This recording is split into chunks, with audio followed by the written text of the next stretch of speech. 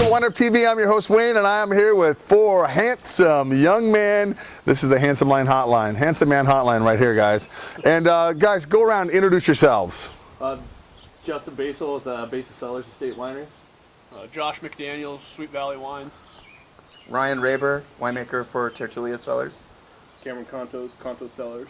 Excellent. You know, we're here in Walla Walla. It is beginning of June. It's a beautiful afternoon.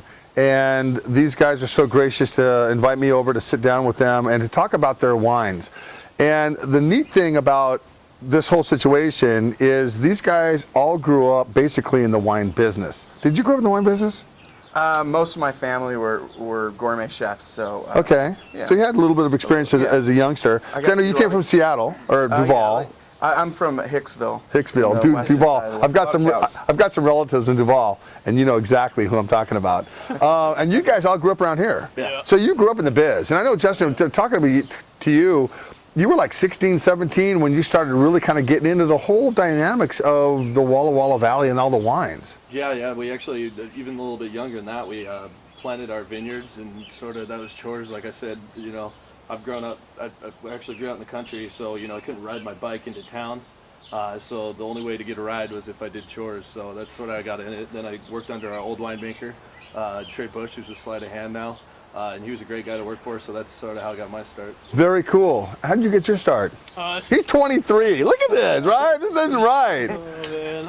Where did my dad do me wrong? Have you started shaving yet? I do. He speaks French too, right? Yeah. Good French. All right, go ahead. I started my winery in high school. I kind of grew up with the Figgins family and Menina Cellars here in Walla Walla, and so I kind of got into it at an early age and fell in love, and got a really good opportunity, so I started my own winery. So being as young as you were and getting in the biz, the backing of this, now your case production is how many? Right under 2,000 cases. All right, there's a cost of doing business, especially at 23 years old. You know, it doesn't come easy. No matter how deep of a hole you want to dig around here, you still have to do what you have to do. And how about you? Well, I kind of got into this because I always have had an artistic background. I studied fine arts and graphic arts, and I didn't like sitting down. Okay. And I had an uncle who was a starving artist, so I didn't want to go dumpster diving to find my possessions. Sorry, Uncle Ron, if you hear that. So, you know, I even studied ballroom dancing, and I married the only Brazilian girl that doesn't like to dance. So food kind of ran in the family, and I'd help my mom make wine at home. And so I just kind of got into it and took a part-time job at St. Michel in Woodinville, giving tours and tastings, moved over to Eastern Washington, worked in the cellar at Columbia Crest, and got to work with some great reserve wines there, and then went back to school and I studied winemaking. And you know, as soon as I got out of school, I was the head winemaker for a new winery, Tertulia Cellars, and so here I am. Very cool. Your story. My dad started Fort Walla Walla Cellars back when I was 18 years old, and just kicking around with him, learning how to make wine. And my dad, I approached my dad at one point and saying, "How do you find a passion?" And he's looking at this 18-year-old saying, "What's wrong with you? How's an 18-year-old thinking that far ahead?" So Sure. He probably thought you were talking about girls. I actually had your dad's wines at the Taste of Walla Walla in the Pearl in Portland. This was probably in mid-February, late February. Yeah, when you guys were all in town. Yeah, and I met your father. Really nice guy. Yeah, were you there? Yeah, okay. I was there. Yeah. You know, it got packed after a while. There were so many people there.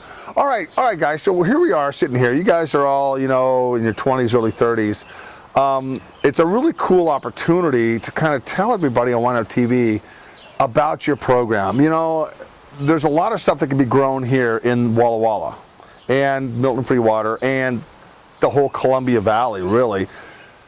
You have your own label. So Justin, we'll start with you. We'll kind of go around here. We'll start with you, and because this is what's in the glass first. Tell us about your wine and the philosophy that you have as a winemaker. Make this a condensed version, though. Yeah, exactly. That's what I was thinking. You know, with our wines, the way we're trying to do them is, you know, starting from the vineyard. Most of us actually come from farming backgrounds. It starts with the fruit. If you got good fruit coming off the vine, it gives you a lot better chance to make good wine. And I know you hear that a lot. Sure, it's a canned statement. That's because it truly is. It is the epitome of making wine. So everything we do is at our winery, we're 95% estate grown. So we have about almost 70 acres of our own grapes in 2 different locations. And each location produces different types of fruit, which is nice. Even though they're the same varietals, they'll actually, each wine is unique in its own way. So what we mainly focus on is Bordeaux reds. We do a little Rhone, a little Syrah, and a little bit of whites. But our main focus are the Merlots, the Cab Francs, Malbecs, Petit Bordeaux. Okay, great. All right. Starting out in high school, you're pretty much broke. So we're trying to move towards estate grown because you can only make good wine out of good vineyards, but you can only make great wine out of great vineyards. So, and that's kind of always been my philosophy. I'm extremely competitive, and so I think that's where we're going. And so we really focus on Bordeaux varietals, all Walla Walla. That's where we grew up, and I have a lot of pride for the valley. And just growing up here, you have seen where it came from and where it is now, and so. It's got to just be dumbfounded. This place has grown so much. We actually have nice restaurants to take our dates and wines now. Downtown Walla Walla is the bomb. Oh, yeah. Everybody, there's a lot of pride of ownership now. Here you have different buildings painted like Cayuse. Here's Cayuse. It's all orange and yellow. They're sold out. There's a sign on the door. It says, sorry, all sold out of our vintage. Good luck. Get on our mailing list. I think that's a great spot for any winemaker or winery program to be in. But just the restaurants that are downtown, the hotels that are downtown, and the people in general are just so friendly. Yeah. It's actually welcome guests because your economy is based on people that come in from other parts of the country to Walla Walla. And I'll tell you guys, Walla Walla, it's not easy to get here. It's a 4-hour drive from Seattle. It's a 4.5-hour drive from Portland. It's in the middle of nowhere. But if you're into wine and food, it's become the little mecca of Washington State. That's why we love it. Destination. It is a destination. It's different than a lot of other places. We don't have San Francisco on our back door, and Seattle. It's a ways away. Yeah, you can't just come for the day. No, it's not like local. It's not like passing through Portland and stopping at a couple of wineries downtown and going to Seattle. It's definitely a destination. And the neat thing is just saying, that the locals we're all proud of what our town's become, and I mean, you see, we have basically one high school in our town. You have a couple private ones, but. We grew up in that. It's almost like a varsity blues style high school where the football games basically shut down the town. But it's the same with wine. I mean, even though we have all these guests coming in to stay, you'll actually see locals up there every weekend at the tasting. Sure. Which is neat, and they don't get tired of it. They keep coming back. Yeah, tremendous sense of pride for who we are. Maybe we have a drinking problem. Well, whether you have a drinking problem or not. I call my drinking solution. A lot of churches. Shalom. Well, yeah, I didn't see any synagogues in town, by the way. One thing is you guys all have your own labels. However, you're all such good friends. And I think that's where there's no animosity between anybody. It's like, at the end of the day, you all have your own philosophies on making wine and different oak and different fermentation techniques and temperatures and yeast and whatever else and where you're sourcing your fruit from. I think that's cool. And you can all exactly. And at the end of the day, you can all sit down there and have a great bottle of each other's wines and just say, yeah, I like this about this, or I don't like this about that. And I hope you guys are honest about, where were you trying to go with this program or this or the other thing. We're on the same wavelength as far as we're trying to grow the town, not necessarily. There you go. Growing our label goes with growing our town at the same time. Stems from that pride, I think. People don't visit one place; they visit a lot. If we succeed, one or two of us get some great accolades. It just brings more prestige to all the wineries. It does, and I think programs, like Leonetti's one of the pioneers. Back in the day. And then Chris is now making wine with his own label. And I met Gary years ago, and then of course Rick Small, and then there's Waterbrook, and there's LaCole. I mean, those are like the foundation. If you're going to build a building, those are the guys that came in here and said, you know what? It's kind of like the Willamette Valley or Napa Valley back in the day. This is the foundation. Let's build upon it. Now you guys come in to the scene, high school and college, and have passions for the wine. Now you guys are. It's like passing the baton on to the next generation, and that's the cool thing about being involved in the Walla Walla and the growth of this whole community. It's just super. I mean, the weather out here. You got like 300 days of sunshine. Usually. Let's talk a little bit about. Let's talk a little bit about 2010 November. You guys had a freeze. However, again, you have to factor this into your lifestyle because it's going to happen. You just never hope it happens too often. You can't. So they had a freeze. Who wants to talk about the freeze? No one. Well, yeah. Exactly. I don't know, freeze. Gosh, was It's not it to was say it about the It's like freeze. what? November 23rd? Yeah, yeah. November Yeah, 23rd. So yeah, when It all dipped down. yeah, and Well, you it know you wasn't can gradual enough, so the vines couldn't shut down, Yeah, and yeah. then it just Right. That was the biggest shocks them. problem. yeah we Sure. still had green leaves. You know, we Yeah. hadn't had any shock to the vines to get them to pull back and go dormant. And Yeah. November 23rd hits, and all of a sudden, boom, you're down to, you know, one of our vineyards was 5 below. -6 and one was -10. Well, it was the first year I've ever Yeah. seen snow on leaves in the vineyard.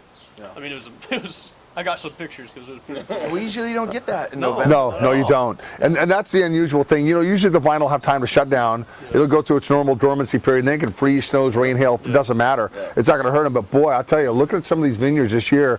And the fact that I didn't realize this, but you guys have they're all on their own rootstock. So the rootstocks are still alive. The canes have pretty much died. So you have to kind of clip off and then start all over again with nothing. And that's a killer. So you can't really, I don't think up here, some vineyards, you can't have those 100-year-old vines because Oh no, you know it's we're on our own rootstock, so you cut it to the ground and It's still you the just same get the vine. buds. It's Same the same vine. But what I'm talking about, though, you don't is the, replace the vine. thick rootstock. Like some of the historic vineyards Beefy in ones. exactly some of the but stuff, the craggly ones just don't- hanging out there. Yeah, they don't look ancient, but you know their roots are ancient, so that's where we get all the magic from. All right, so the magic. Yeah. Okay, let's talk about a little bit about the soils. Okay, so you're on the Walla Walla, the riverbed around here. You have your silt loams. How deep does it go? And so when these rootstocks, how deep are they going to look for water? Deep. They're 20, 30. Depends on Water who, is yeah, not where that- at. Yeah. We even talked Sure. about the horseshoe thing that you always talk about too. Yeah. I mean, Well, yeah. I mean, if you look at a map of Walla Walla, it's kind of planted on a horseshoe. The vineyards are the majority, and so yeah.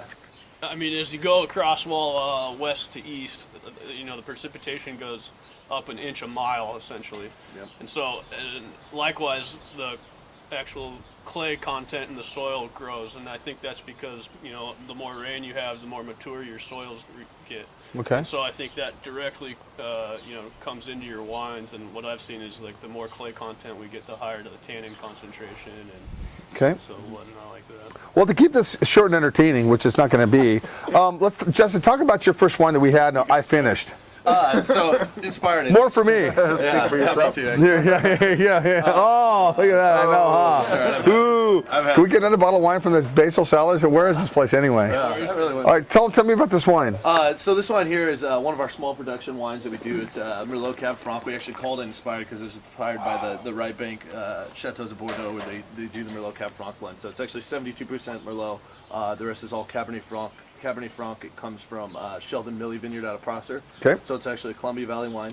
And with this, what we're just trying to do is just make a soft, subtle wine, yet still complex, if that makes any sense. And it's done well for it. Just took a double gold at Seattle Wine Awards, which was nice. And it's only been out for a couple months, but it's one of my favorites to make because it's my two favorite varietals. There you go. You know, I think being a winemaker or a brewer or whatever, you have your favorite hops or mix, or you have your favorite grapes you own to deal with. And I think it's very important for you, for any winemaker, to stick to their core. What's your favorite? What do you want to make as an individual? You know, whether it's more Cab Franc based blended wine, or a Merlot based blended wine, or Cab Sauv based blended wine. However, Make wine I don't like.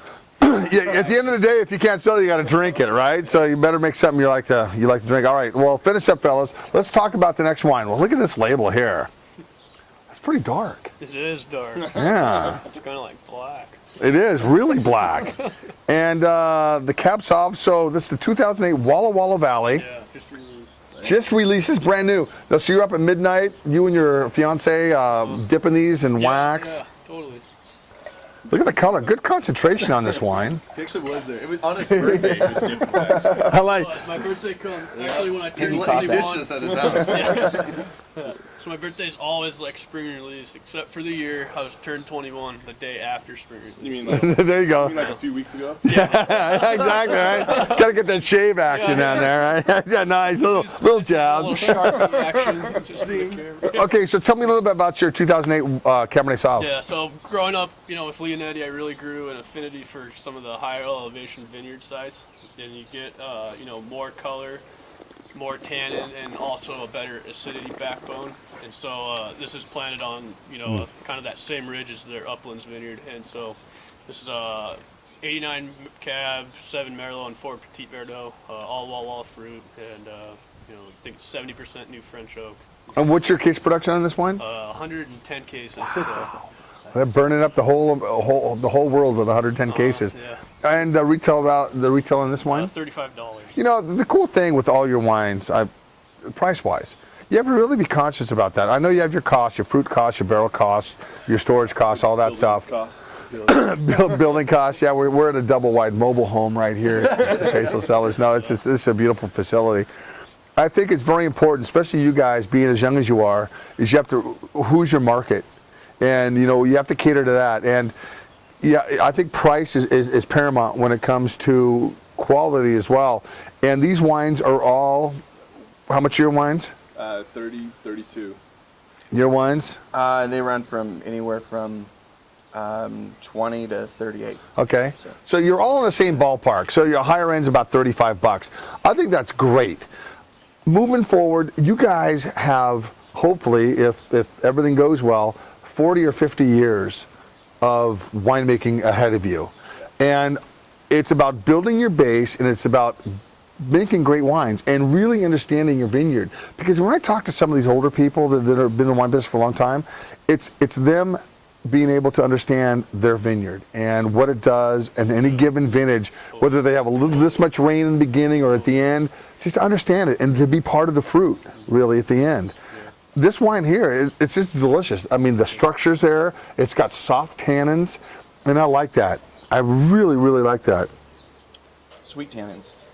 I think what you were saying, when I started, like you can't make Seven Hills Merlot the same as you make, you know, Mill Creek Merlot. Yeah, I mean, it's totally different. So Sure. I think one of the biggest, you know, curves as a winemaker, as a young winemaker, is learning about your vineyard sites. So. And that takes, knowing how you want to blend things. Yeah. and that takes years. It's not like making beer, you know, making wine, you get one crack a year. Yeah. So here's the fruit, here's nature giving you this fruit. Hopefully you're going to get the ripeness, you know, your pHs are going to keep up with all your sugars, and you're going to be able to harvest all pretty healthy without having to sort out too much bad fruit. That's the key. And then to be able to take that fruit and to make it into the style of which you perceive it to be. You know, because you can push fruit any way you want. You can do new oak, old oak, you know, neutral oak, whatever. And it's just great to see these programs and to see you guys growing up into this business. All right, so the next one, let's talk about the cocktails and finish up, fellas. Tip it up. Yeah, come on, no wimps. Thanks, Shaq. Yeah, right? Can you dig it? Can you dig it? All right, let's talk about this Syrah program. This is the only Syrah we're going to have right here in this whole thing. I'm a fan of Washington State Syrah. I think it kind of gets lost in the mix. I think Grenache is going to be a great grape. We talked about this earlier. A great grape moving forward for this whole area. But Cabernet is that's just like the bread and butter. Cab's always going to be king. It is around here. But with the Syrah, the problem with the Syrah, when you're out in the market, I have no problem selling in the tasting room. But out in the market, there's such a wide range of Syrah. Dude. What's the joke you always Actually, Listen. is this a family show? Yeah, go ahead, say it. Well, especially over on the East Coast, because they still have such connections back over to France and all the other places where they produce the lighter Syrahs compared to the Washington State stuff. But the joke is, what's the difference between Syrah and syphilis? You can get rid of syphilis. Yeah, exactly. I've had a couple other winemakers say that. No, that's well said. That's why I think Grenache is going to be a really cool grape moving forward, because it's got a different name and it's got a little spiciness to it. You know, some of you guys around here plant Zinfandel. Zinfandel to me is California. It's not Walla Walla. It's not Washington State. It's California. It's Napa, Sonoma, Mendocino. That's what Zinfandel is. Syrah, I love Syrah. Yeah, I'll never not produce it. No, exactly. It's how are you going to set yourself apart from all the other Syrah producers around? I mean, what are you going to do? Are you going to co-ferment? Are you going to do a little bit of Cinsault in there with the Viognier? I mean, how are you going to be a little bit different at the end of the day? My personal style, I like. Actually, I found my style in Sonoma when I got engaged. I went to Fisher Vineyards, and I tasted this Syrah from there that was this really meaty character to it, and I said, okay, this is the style of Syrah that I want. And I came back and I knew exactly what to do to get that style. Okay. To it. And from that point on, I'm targeting the meaty character with a nice acidic finish on it. Sure. So far, these first 3 wines are very food friendly. Yeah. You know, they're soft, they're elegant. This is screaming steak. This is screaming some protein. Yeah. And I mean, I could make a Syrah according to what percentage of people like, but I'm making it according to what I like. And the fruit. You have to. I think it's very, very important. That you have to get, when you get your fruit in the fall time. That's what you have to work with. How can you manipulate that into what you want it to be? So I think This one's from from 2 ends. It's from Lake Helene up in the foothills, Okay. and also Pepper Bridge down in the rocks. Okay. Down on the lower end, and so it's a nice blend of the two, and just found that it's just worked out perfect. Pretty much be 50-50. Okay. With nothing else in it, just 100% Syrah. Case production on this? 140 cases. 140. And it just got a 94 in the Wine Enthusiast and double gold in the Seattle Wine. God, rocket! Congratulations! And tell us a little bit about the dragonfly. The dragonfly is a Washington State insect, and what happened was my brother and I were sitting around in a hot tub deciding if we wanted to start a winery or not, and decided to go ahead and start it. And he looks up online, finds that the Washington State insect is a dragonfly. Next thing you know, he puts that label together and have a dragonfly fly in Fordron, where I was assistant winemaker for 8 years. Got stuck in a spider web, and the next day he had him flying around his combine in dryland wheat fields, and neither of us have seen him before or since. And It was meant to be. hey, That's it. Sometimes you have to listen to whatever the powers be tell you, Yeah. which is pretty cool. Which is very cool. All right, Tertulia Cellars, talk to me, dog. You can throw it out right there. That's a dump bucket right behind you. But you know, you're young. Yeah, there you go. How about you? I got a can of Skull at the bottom of this table if anybody wants a dip later on. Oh, Funny part is that's true. Takes a lot of skull to make good. well, you know, it takes a lot of good beer to make good one too, doesn't it, fellas? $50 for that. Exactly. Yeah. Where am I getting a cut in on this shit, right? We owe 10,000 for All right, Tertulia Cellars. You know what I liked about this wine, and you know most Americans are very visual people. That's got a cool label. Yeah. You know, it does. It has, you know, hands across whatever, America. Yeah, tertulia means a social gathering of friends in Spanish. Okay. And it happens to also be the root of my wife's maiden name, Tertuliano. Okay.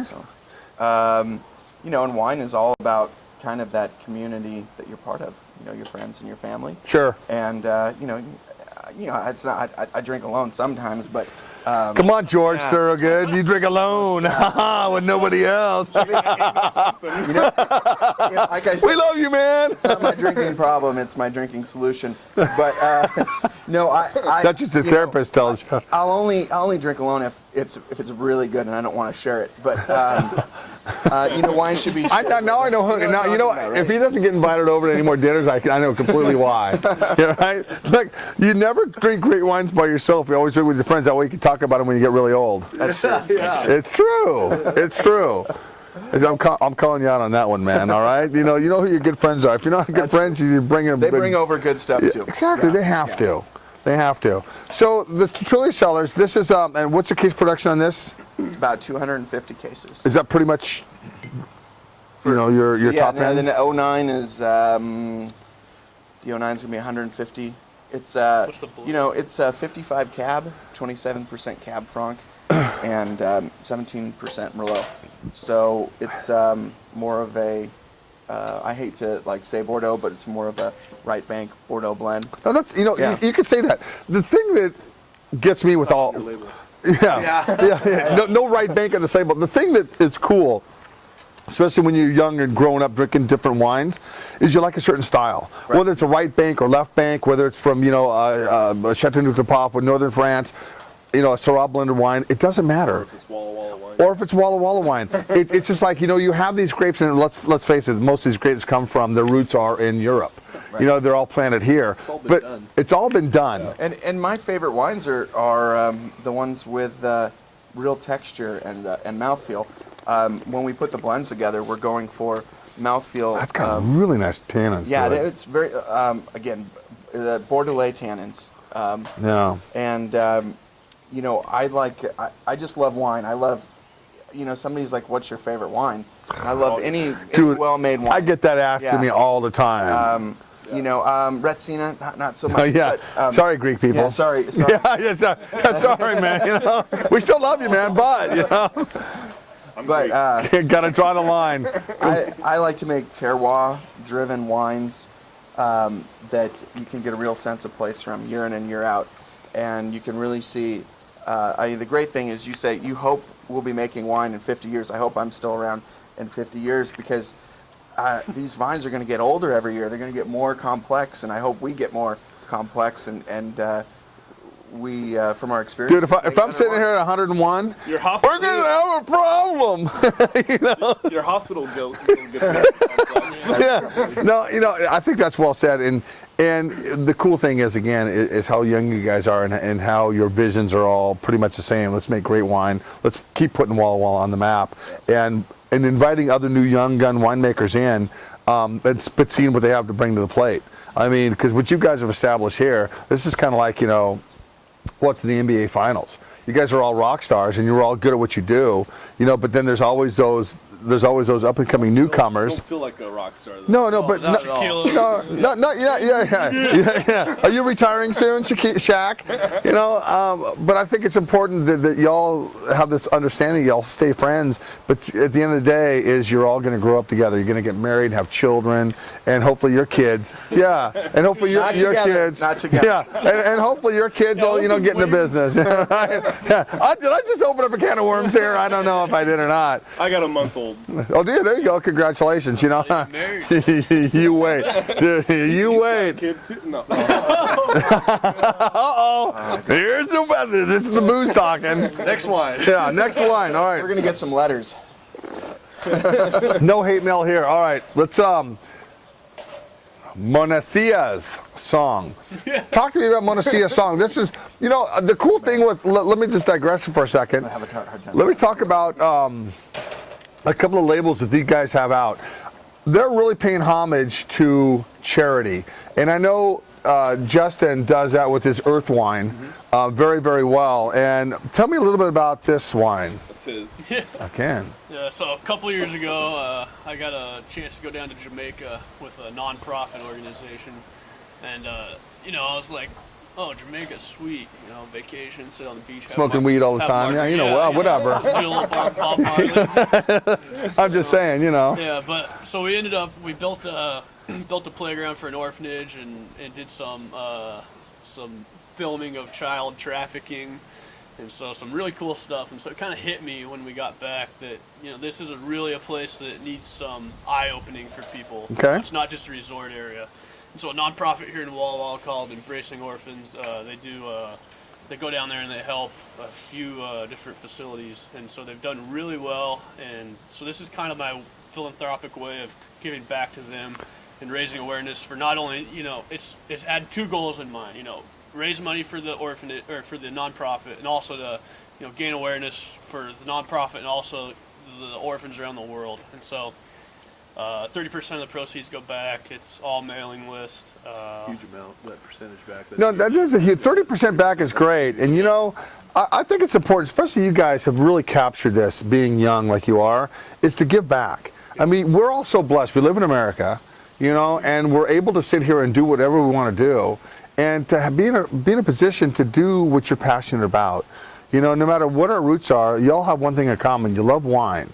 And with wine comes so much more in life. And you know, you with your Earth series and giving back, and you with your label giving back, I think it's wonderful for people to understand that, you know what, this is what America's built upon. Yeah. It's the kindness, and you know, I look at our government. We do so many things to so many other countries. And speaking of America, I gotta talk about my label for a second. No, please do. Yeah, he has again. My brother, his friend, is a helicopter pilot for for a troop in Iraq. It's called the B Troop. Okay.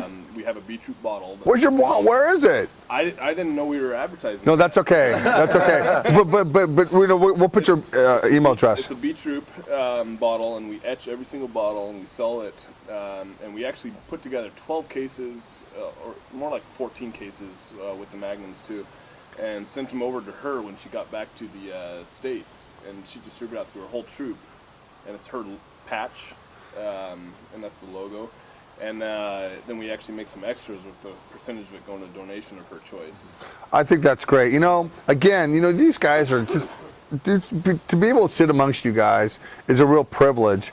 And to know that you're not selfish and you think outside the box to be able to help people out with what you're doing, you know, what you're doing, you guys are doing, I'm sure you're going to come up with a... Now I have to. I'm just saying, yo. I feel like a jerk. Over here. I mean, No. you know, this money goes to help my daughter go to college. No, it is. No, That's gonna be hard enough. no, you know, and I didn't mean to pick on you by any that's means fine. at all. But My face on a label. But yeah, that's on a milk carton, right? Have you seen this guy? Yeah, right.